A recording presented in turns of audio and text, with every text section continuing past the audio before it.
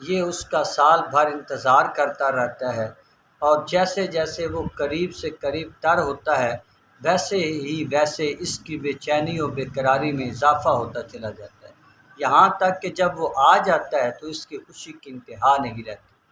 آپ سوچ رہے ہوں گے کہ وہ کون ہے جو آ رہا ہے اور کون انتظار کر رہا ہے، اور کس کا انتظار کر رہا ہے اور کیوں انتظار کر رہا ہے۔ تو آئیے سنتے ہیں۔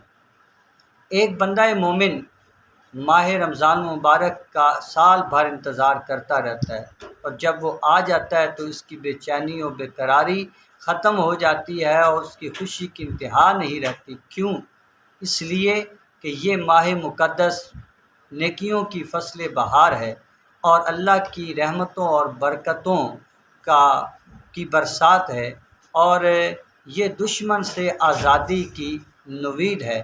تو آئیے ہم اس ماہ مقدس کی خدمت کرنے کے لیے کمر بستہ ہو جائیں، قرآن کریم کی تلاوت کریں، اور حضور صلی اللہ علیہ وآلہ وسلم پر کثرت سے درود و سلام پڑھیں، اور اللہ کے دین کو سیکھنے اور سکھانے اور آگے پیغام پہنچانے اور اس پر عمل پیرا ہونے کی اللہ سے توفیق مانگیں۔